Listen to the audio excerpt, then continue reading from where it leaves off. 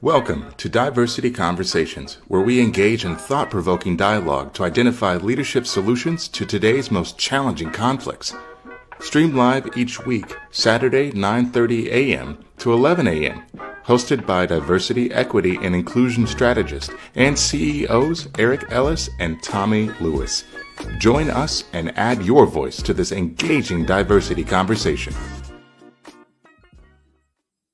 Good morning, Greater Cincinnati, Northern Kentucky, the United States, and the world. My name is Eric Ellis, and I'm the president and CEO of Integrity Development Corporation. And I'm joined this morning by my good friend and brother, Tommy Lewis, president and CEO of Make It Plain Consulting. Good morning, Eric. Good morning, Tommy. How are you, man? I'm doing well, Eric. I'm doing well. And good morning to our community. It's great. I'm doing excellent, Eric. Excellent, man. Where are you at now? So I have traveled to North Carolina to pick up my son, Bryce, from North Carolina A&T, and we are driving back to Ohio. Okay. We're currently in Asheville, where the Biltmore Estate is. Oh. And those who are less familiar, the Biltmore Estate was it's a home, the largest private property in America. It was built by George Washington Vanderbilt, the grandson of Cornelius Vanderbilt, and it is a wonder. And so we're going to pay a visit today. It's built during the Gilded Age, and so as an architect and a history buff, if you will, I enjoy looking at days of yesteryear, Eric, and then also I like the idea of possibility. Okay. And so there was where we are in Asheville is the wilderness, if you will. And this family, the Vanderbilt family and George Vanderbilt, had come through this area in the late 1800s and saw a wilderness and saw an opportunity for in his case, a summer home. And so as we look at today's show, as I look at our week today, what possibilities are awaiting us in our speech, in our actions, in our thoughts that can even propel us to the next level of success and significance. Right. Tommy, we are excited about that. Glad that you're traveling. Glad that you have your son with you. That's awesome. The sun is out, man. We've got a lot to be thankful for. You and I think we may have mentioned last week that Diversity Conversations has had the honor now of being ranked number 3 out of the top 100 diversity and inclusion podcasts in the world globally. FeedSpot has ranked us third. And so, community, we want to say thank you to you for being loyal viewers and participants. We're excited about that. We're looking at ramping things up, because we believe that your job is to sort of, T.D. Jakes said one time, maximize the moment. I think we have an obligation, a responsibility to use everything that we have, every talent, skill, ability that we have to make the world a better place.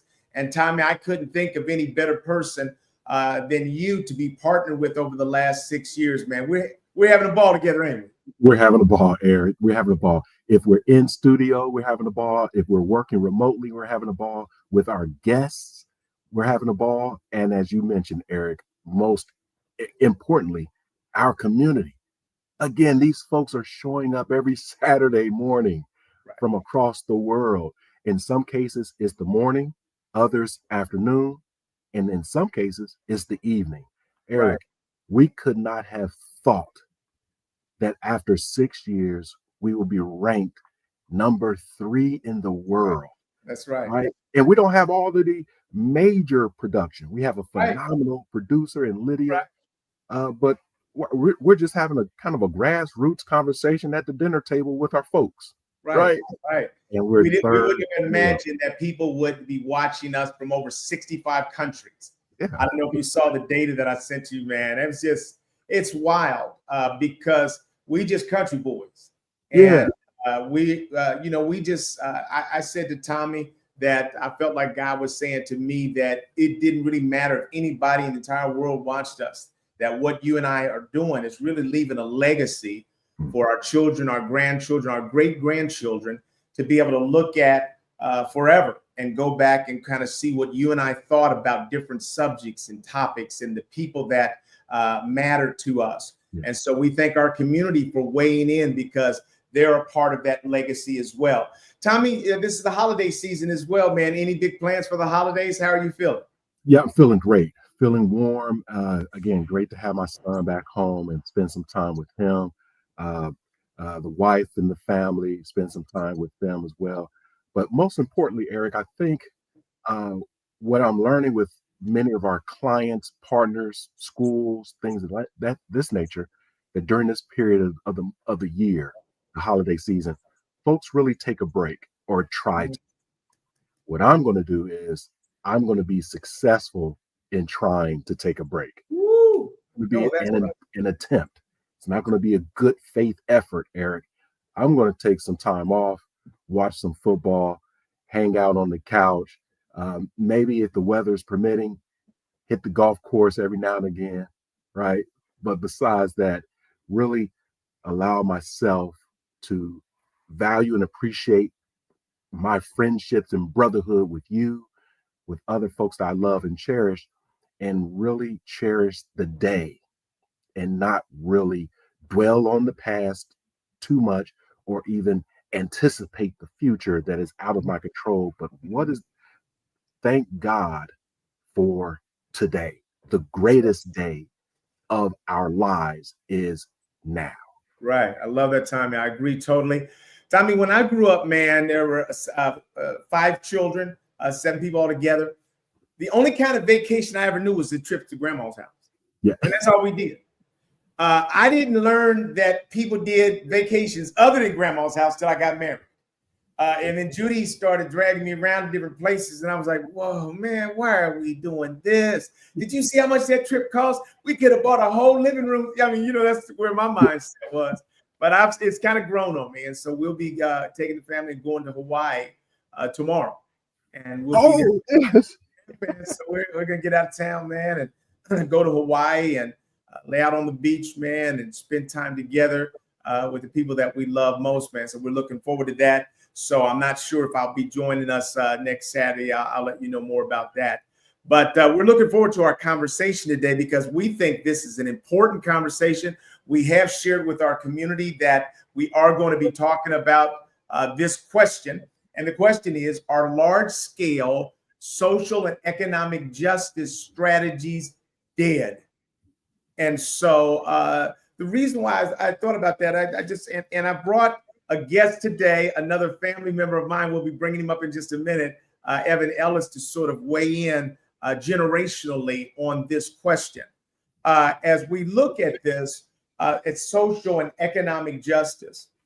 In the 60s, because of the limited media outlets, it meant that there were a few prominent leaders: Martin Luther King, Rosa Parks, Malcolm X, Jesse Jackson. There were a few that we would hear their voices, and they would sort of speak for our community. And there were 2 ways that we looked at that as a Black community.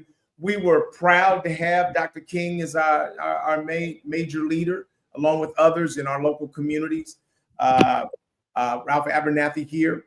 But we also felt at times that we were being sort of, minimalized almost, that it was almost like there were not that many voices that were speaking for us. And we're saying, hey, there are more people that can speak for us than just them. So that was the criticism.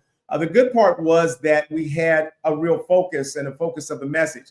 The focus on pivotal events like the Montgomery bus boycott and Selma to Montgomery March led to significant changes, including the Civil Rights Act and the Voting Rights Act. And so the question then becomes, in the digital era, it offers a multitude of platforms. Numerous voices can share their experiences and mobilize support.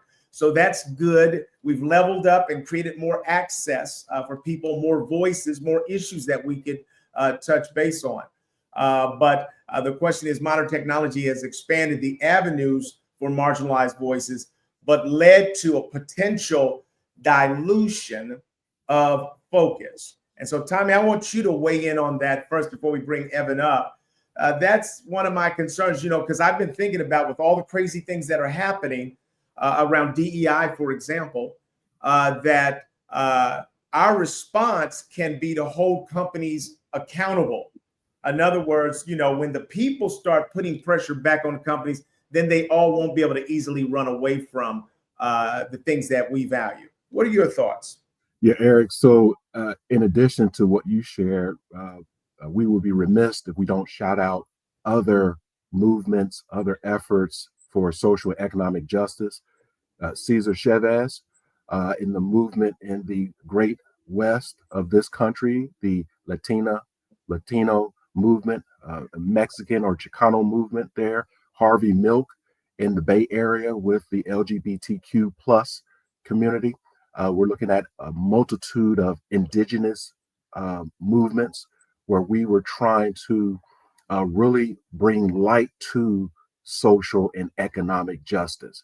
And so we have always had communities that may have been marginalized, underrepresented, maybe even unseen and unheard.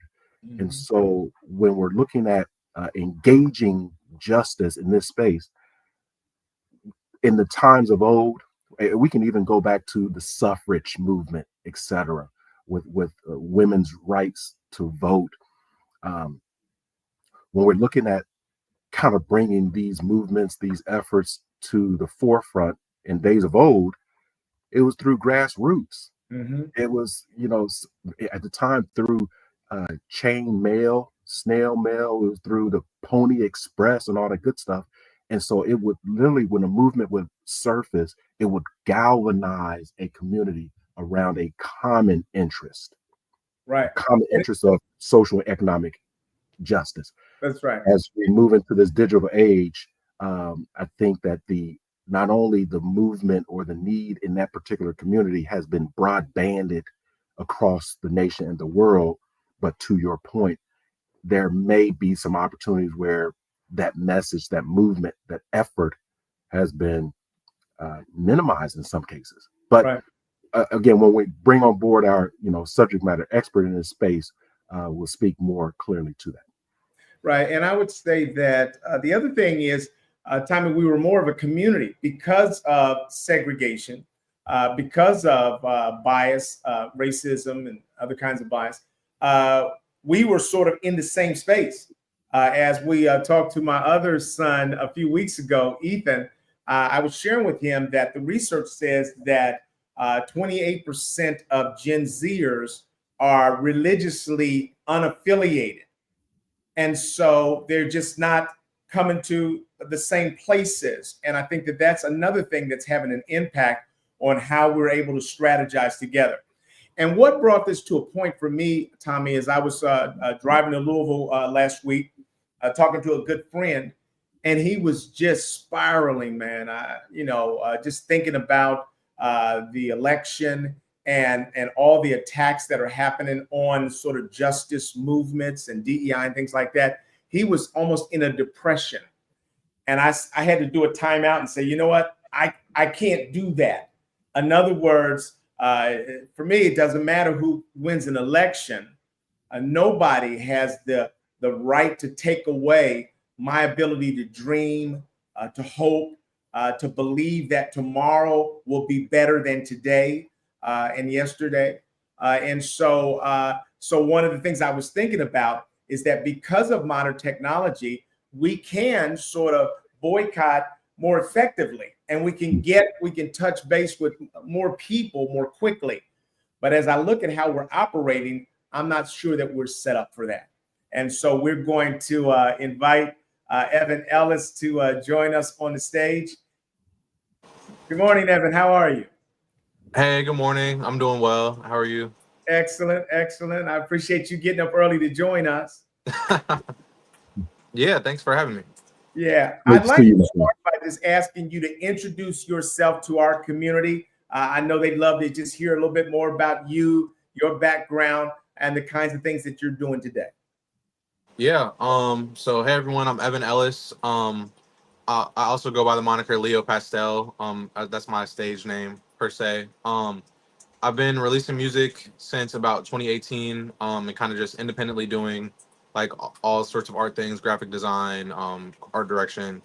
About 2020, I came across the crypto like blockchain space, and started like really getting involved, kind of from a cultural standpoint, just congregating with these people online who have the shared interests of crypto and blockchain.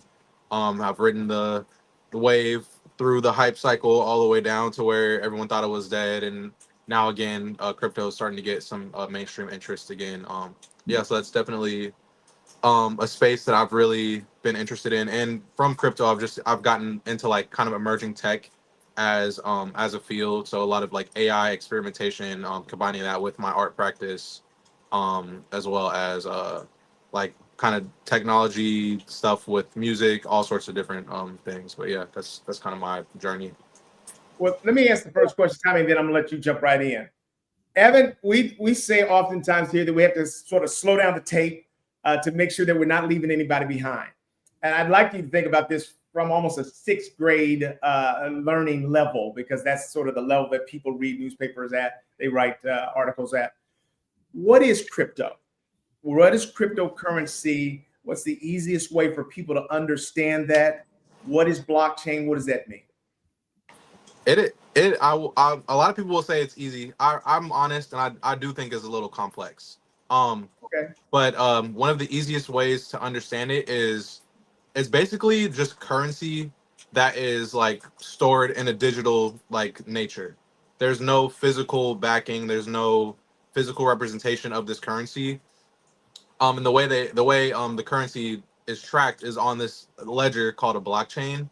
So it's basically like a publicly available ledger that anyone can go online and look up the blockchain ledger for Ethereum, which is a very popular currency, and you can see all of the different transactions. And also it's very secure. It uses this theory called decentralization, which basically a network of computers across the whole world. Every time there's a transaction, they all validate this transaction to say if this is accurate. And because of that, like very decentralized network, it's a very secure network, and it's really hard to like do fake information.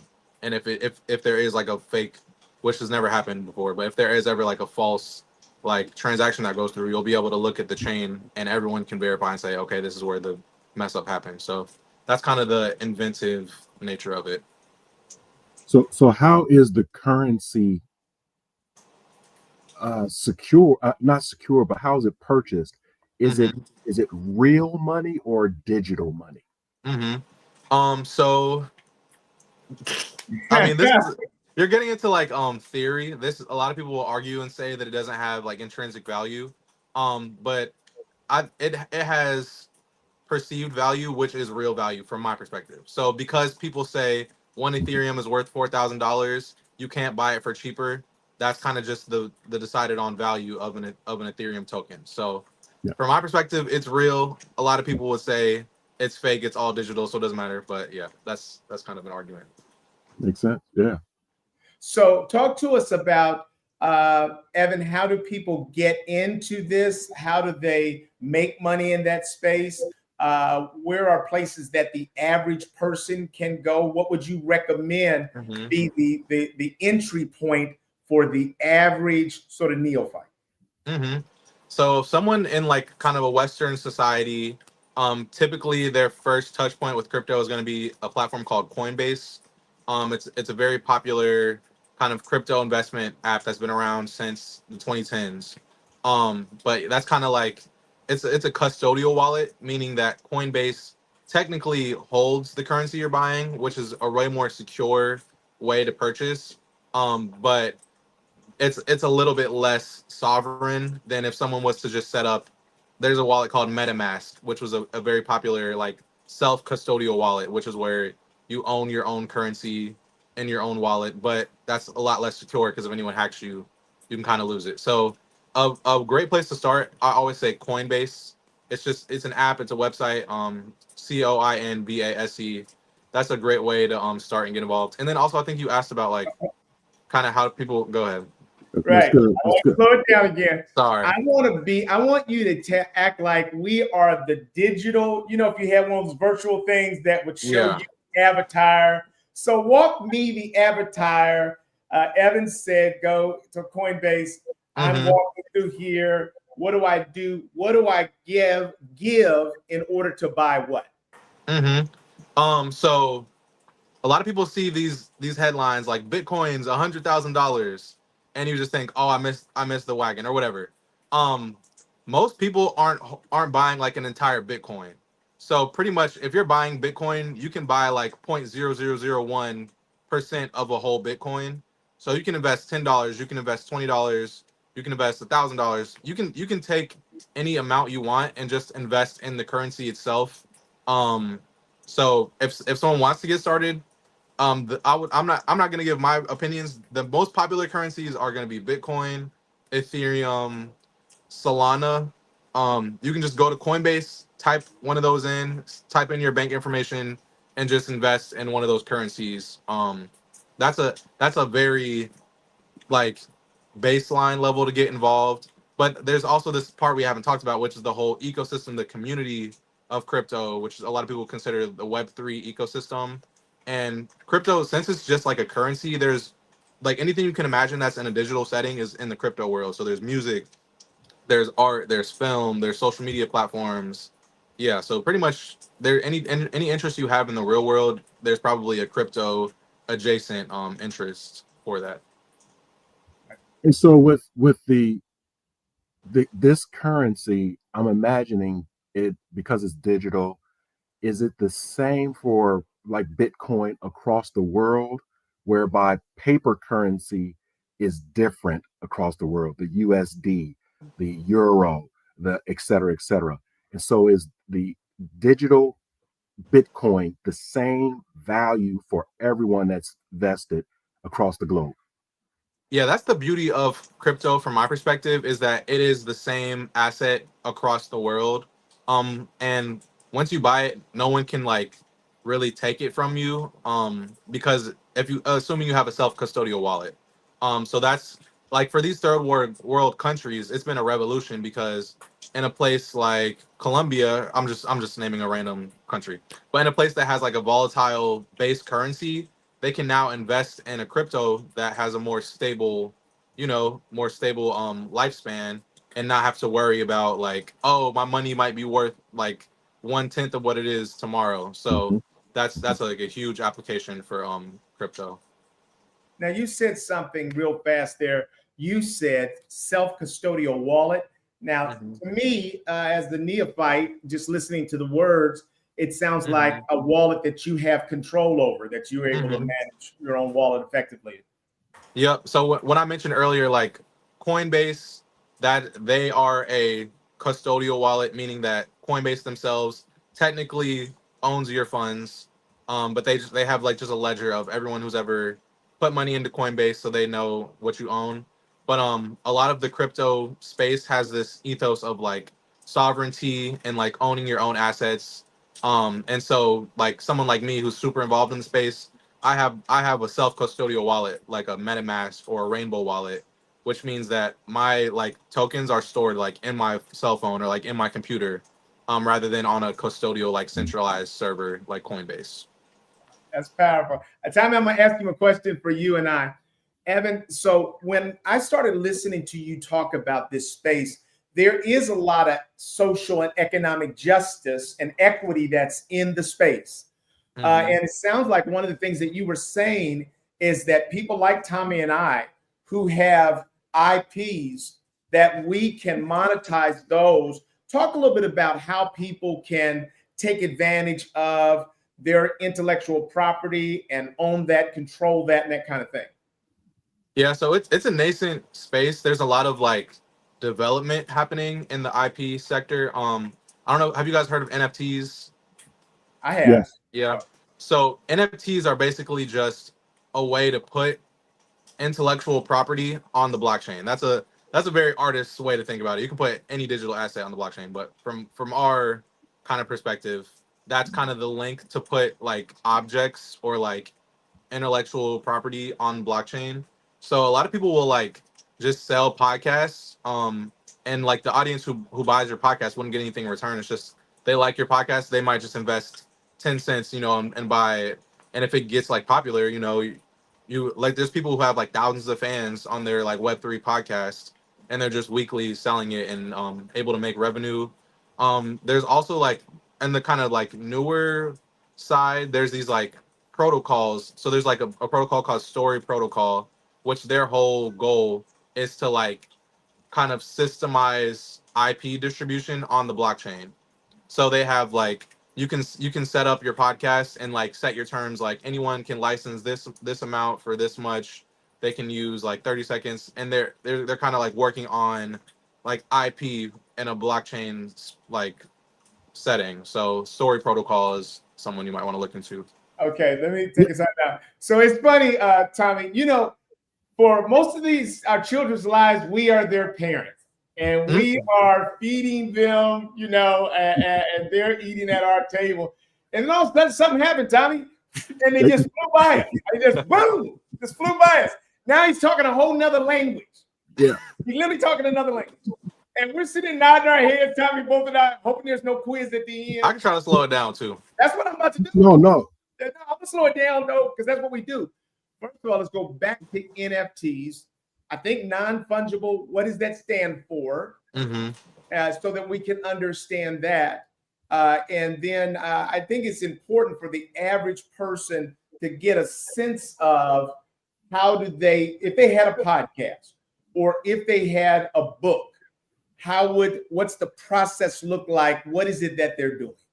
NFTs. Yeah, so NFT stands for non-fungible token, which you really will never have to know that word, but that's what it stands for, non-fungible token. A fungible token, say like a US dollar, it's interchangeable one by one. Any dollar has the same value as another dollar. An NFT, or a non-fungible token, is basically a uniquely identified asset. So like Bitcoin, the base currency, is going to be a fungible token because one Bitcoin always equals another Bitcoin. But like if someone was to mint like a song, that's like, and every song is an addition. So it's like everyone gets a unique token that maybe has a different picture on it or a different audio, whatever. So that's kind of the non-fungible side of it. For podcasts specifically, I think there's a platform called pods.media. I want to say that's the HTML, but so there's like a whole NFT marketplace for podcasts, where people are like dropping their podcasts every week and people are able to buy into them. There's charts, everything. So obviously most of the podcasts, it's in a new space. So like every podcast you come across is probably gonna have like a crypto angle to it. But I think that's why people like y'all, or anyone who isn't like super involved with crypto, you can stand out because you don't have the niche of crypto. You have like you're going to offer something different that's probably not on the platform yet. Yeah, I'm curious. I don't know if you that we were ranked number 3 out of the top 100 diversity and cooks. I just thought that I put that in there. Tommy? Yeah, I'm curious that as you were talking about, even putting a podcast in this ecosystem, as I'm calling it, and the podcast owners, for example, Eric and I, maybe reaping some benefit from a Bitcoin or whatever digital currency perspective. Is there also an opportunity for our community as shareholders or investors to also build their digital currency? Yeah, definitely. So there's a lot of ways you can go about building community. Honestly, like a lot of the crypto space just uses these rails that exist that y'all are probably using. They're on Twitter, they're on Discord, which is a lot of gamers use Discord. They're on Telegram. So like, we're regular people. People, Web3 people typically congregate in these like normal settings. But it's just kind of like, instead of driving people to a YouTube link, you might say people like, hey, go watch my podcast on pods.media and like mint it if you like what you see, something like that. So it's just kind of like you're funneling people to a different place rather than to YouTube or to Instagram, whatever. So and as for building community, basically the beauty of crypto is that if you buy an NFT, you can like there's a secondary market. You can resell it. So say someone drops like 10 videos, 10 editions of this podcast, in 10 years you become super popular. Those original editions might have like a higher value, and then your community will be able to like resell it and like make a profit. That's kind of like That's the crazy. yeah, that's kind of the That's prospect crazy. of NFTs, is that you're able to like create this kind of That's crazy. scarcity, and that Wow. brings value. Yeah, yeah. So I'll say this and then follow up with a question, Evan. As Eric often says, time out and slow things Right, down. right. I may have a different view of guests like you, where information is shared in a very seamless, highly educated, progressive way. I'm of the sentiment that me, Eric, and the community needs to catch up with the fast pacing as well as slow down at times. But Yes. but just the world is moving very fast. You're talking about something that's very progressive, very fast. And if it's not up to you, the fast moving innovator, to slow down, to That's wait for right. people to catch That's up. right. We got to catch And up. so I'm asking you now, as you are in this space, what's next from your perspective? What are you reaching out? What's driving your interest so we can stay ahead of the curve and not slow down, wait up, and allow the That's good, group Tyler. to get to Right. us? Yeah. So I wish I had all the language, but there's kind of this theory of like how new technologies develop, and it's kind of like in the early stages, and there's no user experience like taken into account at all. It's just like technology just build. Like think about like an early computer with a green screen, bad with a bad font, and it's just people coding. That's how Web3 feels at the moment. There's no user experience at all. It's just like technology. So where I'm focused and where a lot of people in Web3 are focused is like, how can we make this more human? How can we make this more presentable so that we're not using these weird words like NFT to try and like, you guys are familiar with the podcast and a song.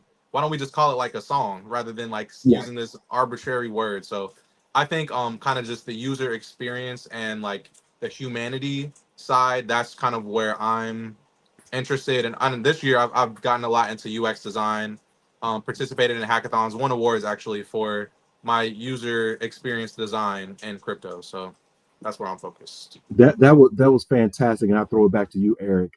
That was fantastic because as you were speaking, I thought of texting. At Mm-hmm. one time, there was no language around text or texting.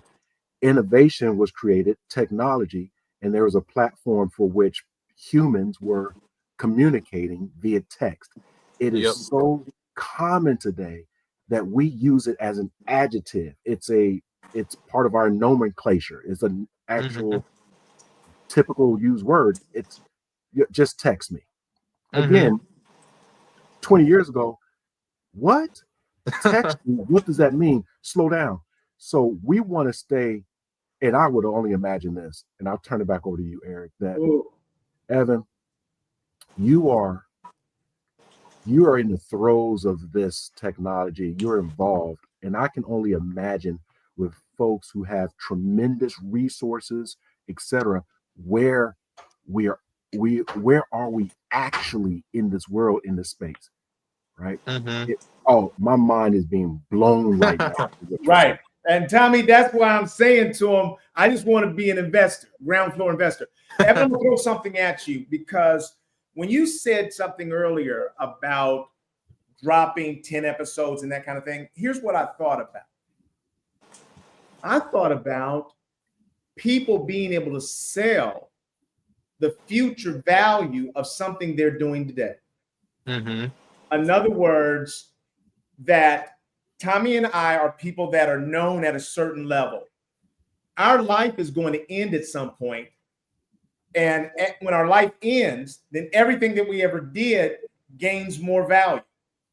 And I'm wondering if there's a market for people being able to tap into or invest in your content today and its potential future value tomorrow. In other words, just all the artists that we see, all the stuff that they did that they never published, it has huge value today. What are your thoughts about that? Is there a market for that? Because that people may discover some things about you after you're gone that make you famous. And so everything that you did has greater value. What are your thoughts about that? And if people are going to try to approach that, or even is there a market today even for that? Yeah, I would say, um, there's definitely a lot of like speculation like that goes on. Like even just in the short history that like NFTs have had, there's now like historical NFTs. So like I'd say probably like 1 or 2 years ago, there was this trend where people would be like, "Oh, this was the first ever NFT that was released, on this blockchain," and the value of that would just skyrocket like 3 years after its release. So there is kind of this like archival nature about it. Um, I will say something I haven't said yet on this call, which I do want to make clear. There's also like a lot of like security stuff to be, weary of. People get hacked all the time.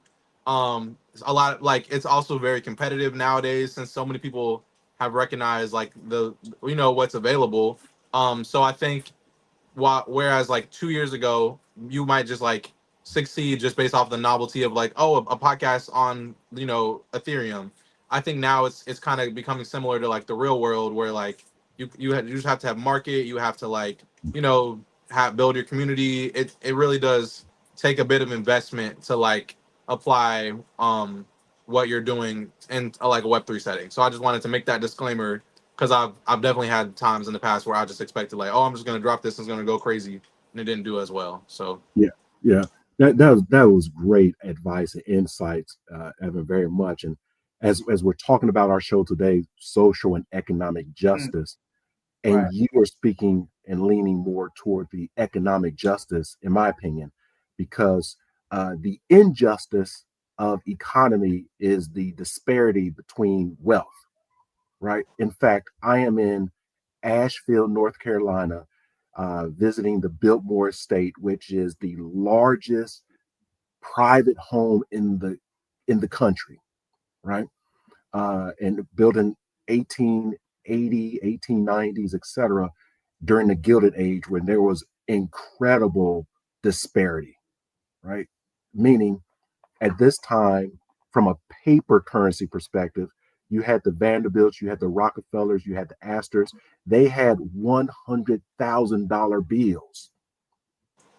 It was like a $1 bill to them. It was a different time. yeah, And it was the same value, $1 and the $100,000, same differentiation. And so, with that, land, ownership, access to capital, currency, there was a disparity. You're saying, and I'm hearing that folks like us uh, could literally be in the comforts of our own home and engage with the currency from around the world and create a global economic justice ecosystem. That Wow. my wealth, my Wow. power is as accessible from my couch as your wealth and power is as accessible from going to a physical bank. You are on the Wow. cutting edge of That's really powerful, Tommy. leveling the playing ground. So, yep. with that economic justice, it will lead to resourcing and funding social justice efforts. This is phenomenal. So let And me go that's ahead, it. Evan, go ahead and react to that. I mean that's definitely it. Like I like that's what drew me to crypto is kind of just like this new paradigm where like you really don't have to rely on banks, you don't have to rely on the government. Like there's people in our community, like we have a global community. There's people from Abuja, Nigeria, who are like making an American living and like living in Nigeria, and like we've kind of just brought them into this space, and like I don't know, it's like wonderful what yeah, like what the way it's been able to level the playing field in the digital setting.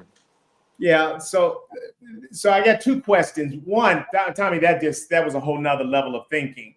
So I like this notion of a global sort of economic justice ecosystem. I like that. Evan, how realistic is it that we can amass enough people that are willing to take collective action against a business that is either doing harm to our community or not valuing, how likely or how probable is it? What's the strategy to make that happen? Yeah. I mean, it's tough. Like I'm a zillennial, so like I kind of am on the cusp with like Gen Z and millennial. And something I noticed is that like both generations that I span are very convenience minded.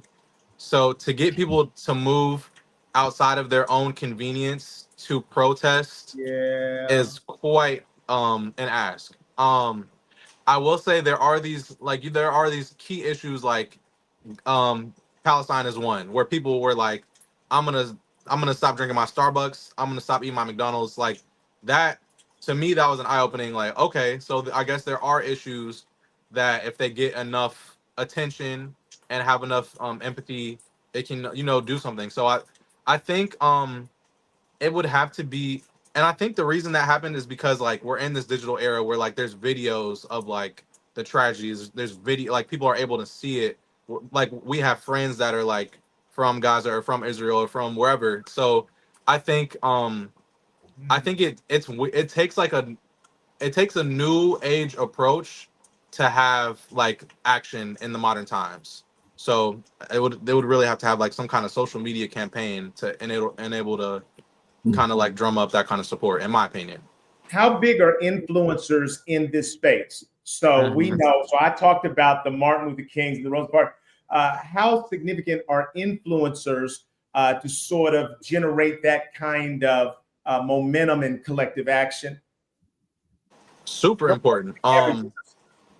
Super important. I mean, it's hard because it's like, I mean, I think about the election. It's like the influencers have an impact, but then there's also like people are going to make their own decisions at the end of the day.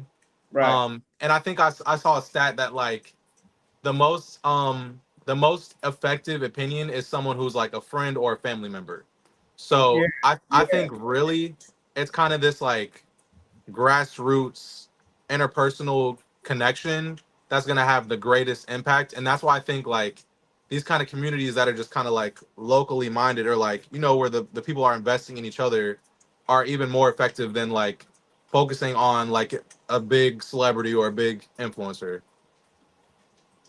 Let me Yeah. ask you So one other question, Tommy. Now I'm gonna let you jump right back in there. No, you jump in, then I'll come after yeah, yeah. Just very quickly, and Evan. So in yesteryear, the 40s, 50s, 60s, 70s, when we had social justice movements, those who were kind of in the front of those movements, those efforts, there was a high risk, a risk of physical safety, a risk of family, just a risk of privacy in some cases, right? And there has always been that risk. When you think of this digital ecosystem in currency, you mentioned a couple of risks, and thank you. But from your perspective, and even your generations, a multi generations perspective, what other risks are are people willing to take to get the highest reward from this platform? Hmm. From like crypto. Yes. Um, I'm like, how deep do I want to go? you. I what I'll say is that when you talk about like dismantling these structures that like have really powerful people that benefit from them, there's always a risk. Yeah. So like we've seen kind of controversies happen where like certain people might show up missing, whatever. Yeah, Right. yeah, So I think yeah. there's always a risk when you go up against like these sorts of powers. So that's definitely something to think about and to take into account. Yeah, but I think there's also this like community, like there's a very prominent Mm. case that's happening right now, and I think it's gotten to the Supreme Court. I don't know for sure, but it's called Tornado Cash. It was basically a crypto platform that allowed you to send crypto completely anonymously without being able to track like where it's coming from, where it's going to. And they kind of like are in like the middle of like a court battle right now, and there's like a global community that's invested in on crypto, who's invested like millions of dollars to support their cause of the defense. So yeah, there's risk, but there's also this community that's going to back you.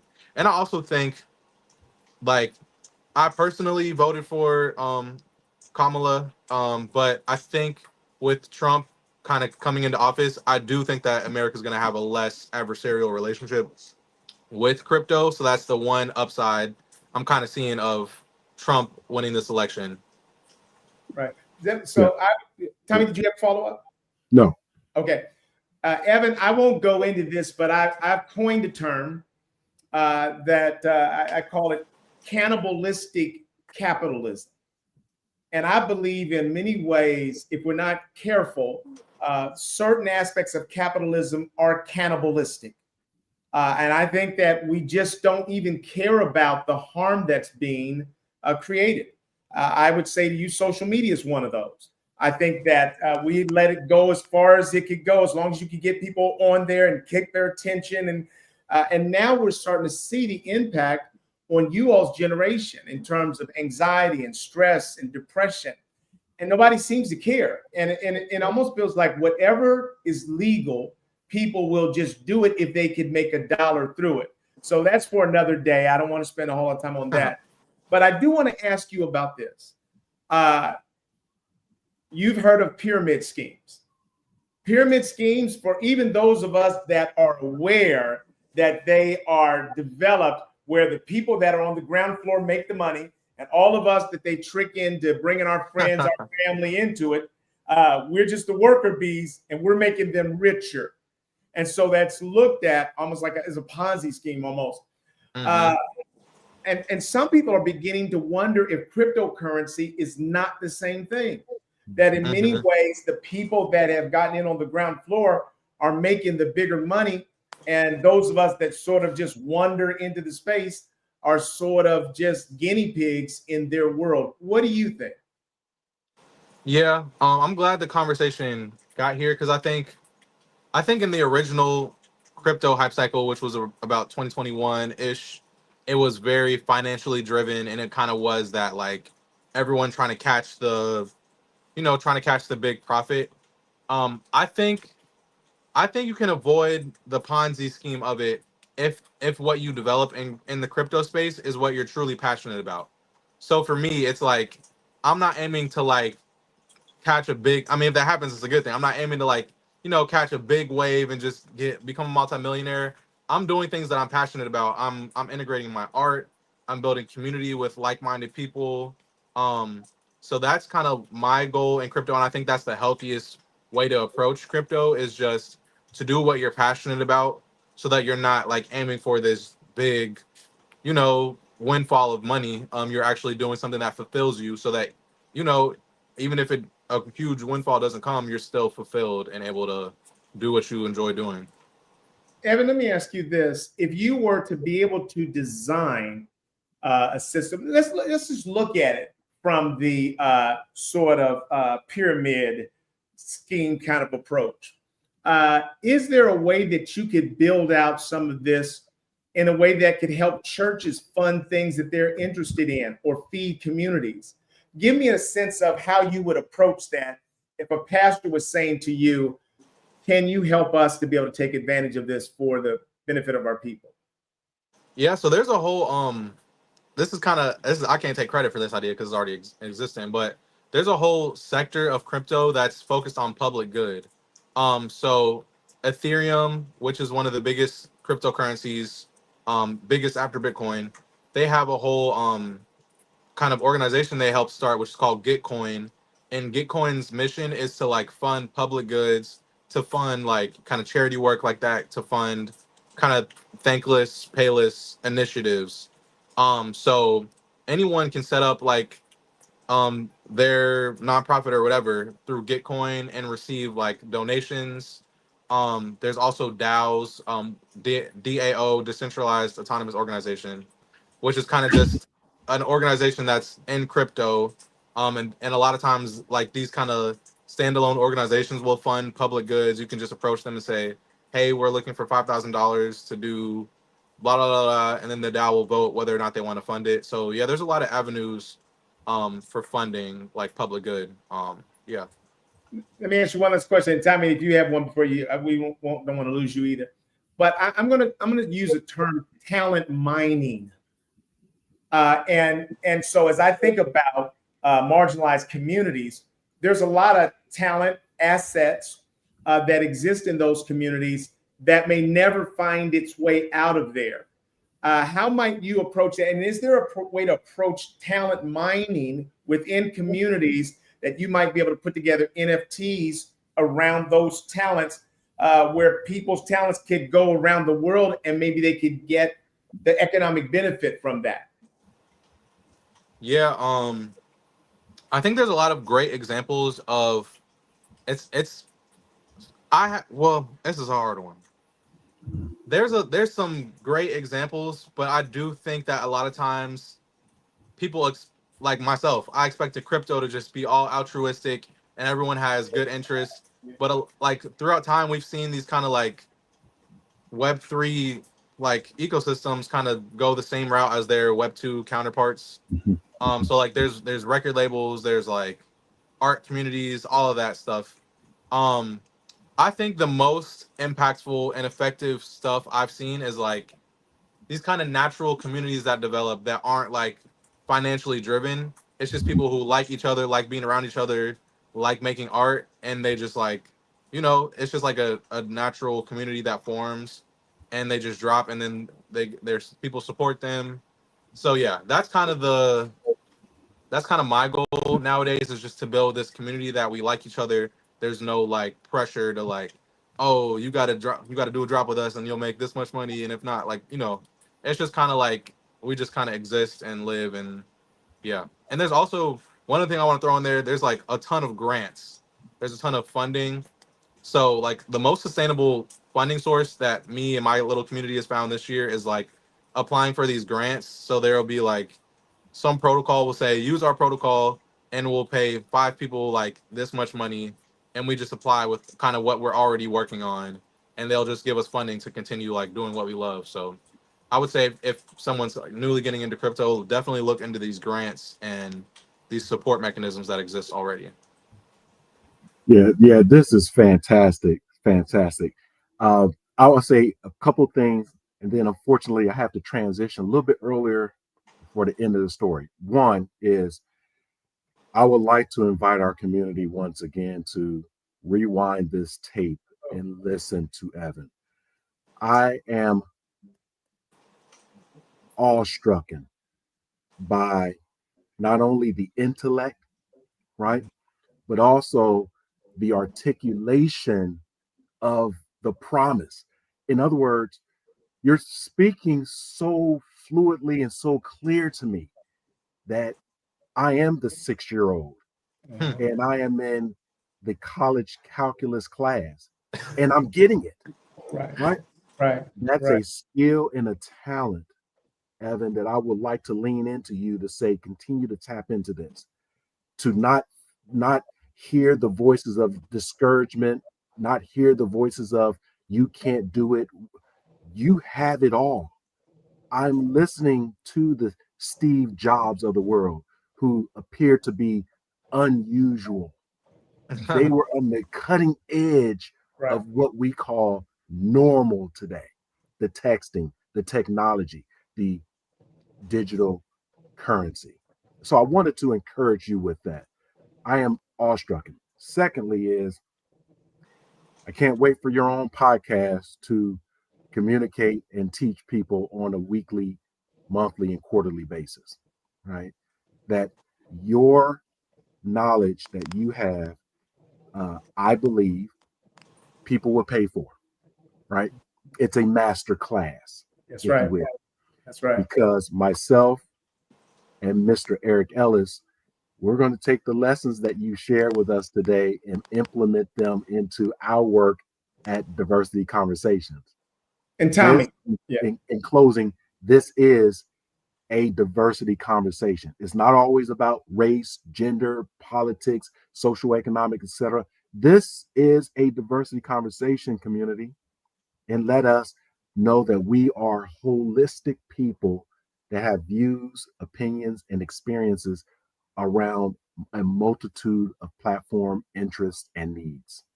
Right. And Tommy, tell Evan how interested people like you and I are in investing real dollars into what he's doing.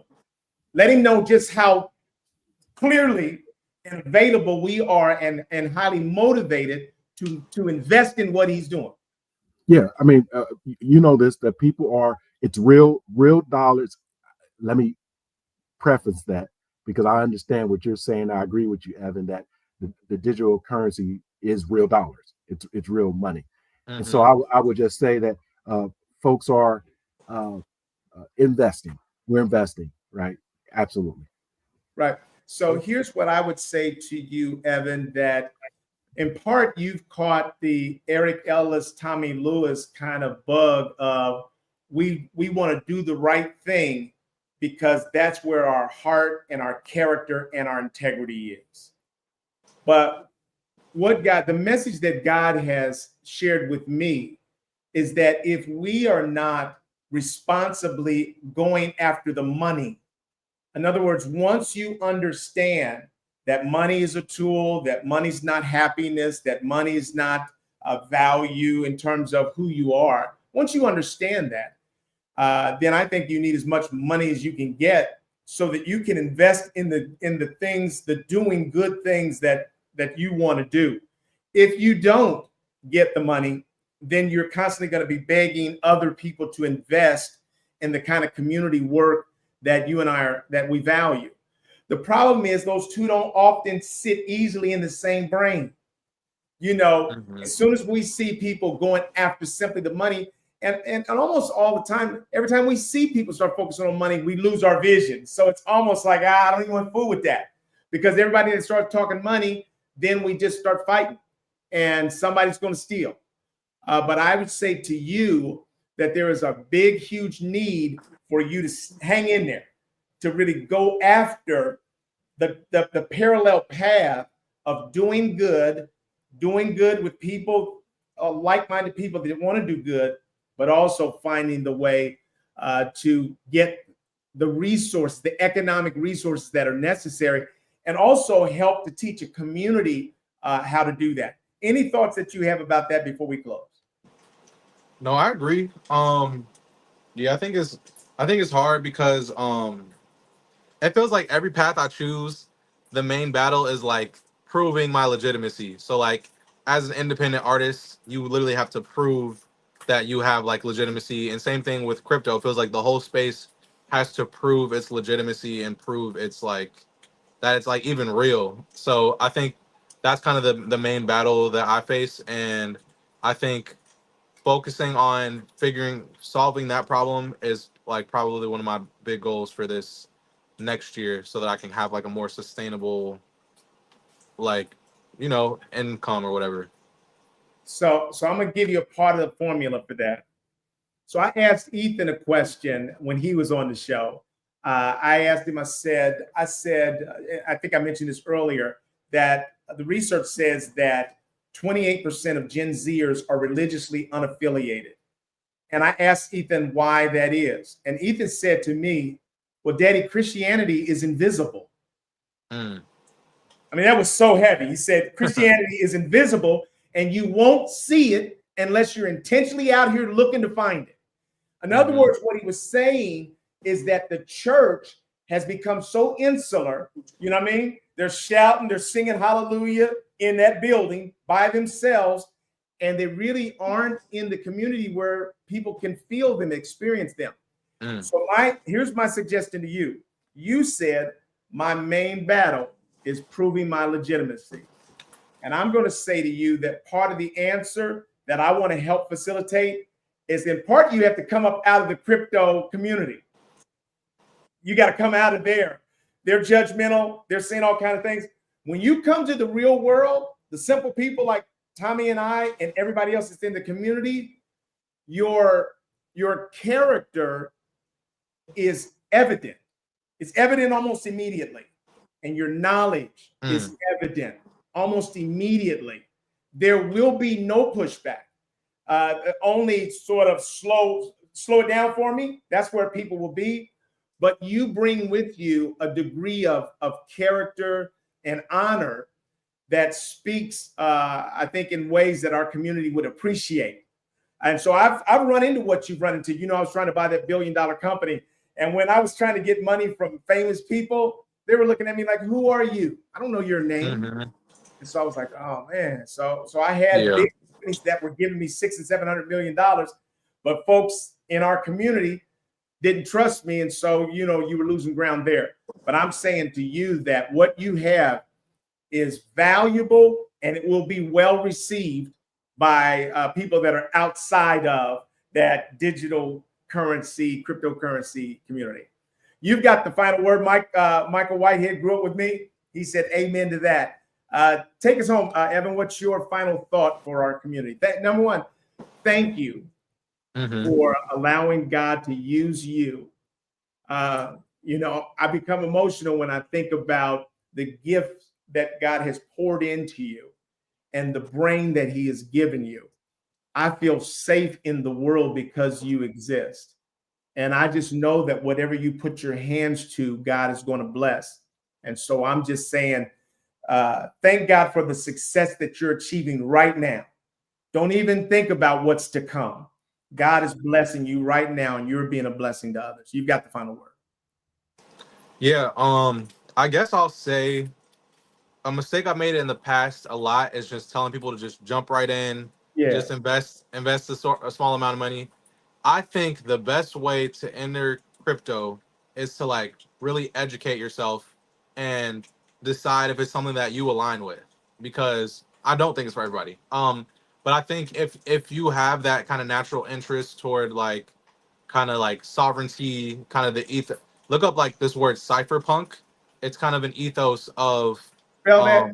What is that? cypherpunk. It's CYPHERPUNK. Cypherpunk. It's kind of this ethos of like kind of like being like punk, like being like kind of counterculturalist, kind of like breaking down these cultural barriers. I would look into that ethos. I would also read this book, Read, Write, Own. From in my perspective, it's the most like holistic perspective of where modern crypto is. Read, Write, Own. It's by I forgot the dude's name.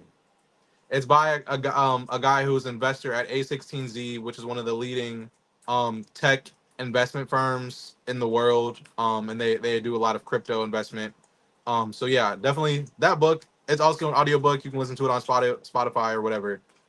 That's where I would start with in terms of like trying to understand this ecosystem. And maybe just drop me a follow. Because we actually are dropping a podcast pretty soon. So that's another How way can to people get in touch with you, Evan?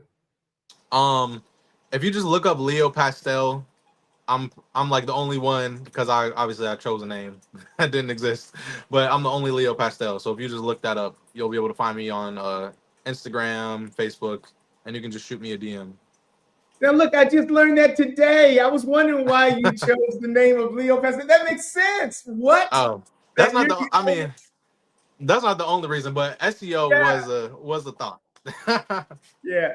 Is this the person, Chris Dixon? Chris, that's who it is. Yeah, Chris Dixon. Yep. Roger He's says awesome. hello to you. You remember Roger from FAI? Yeah, I do. What's up, Roger? Yeah.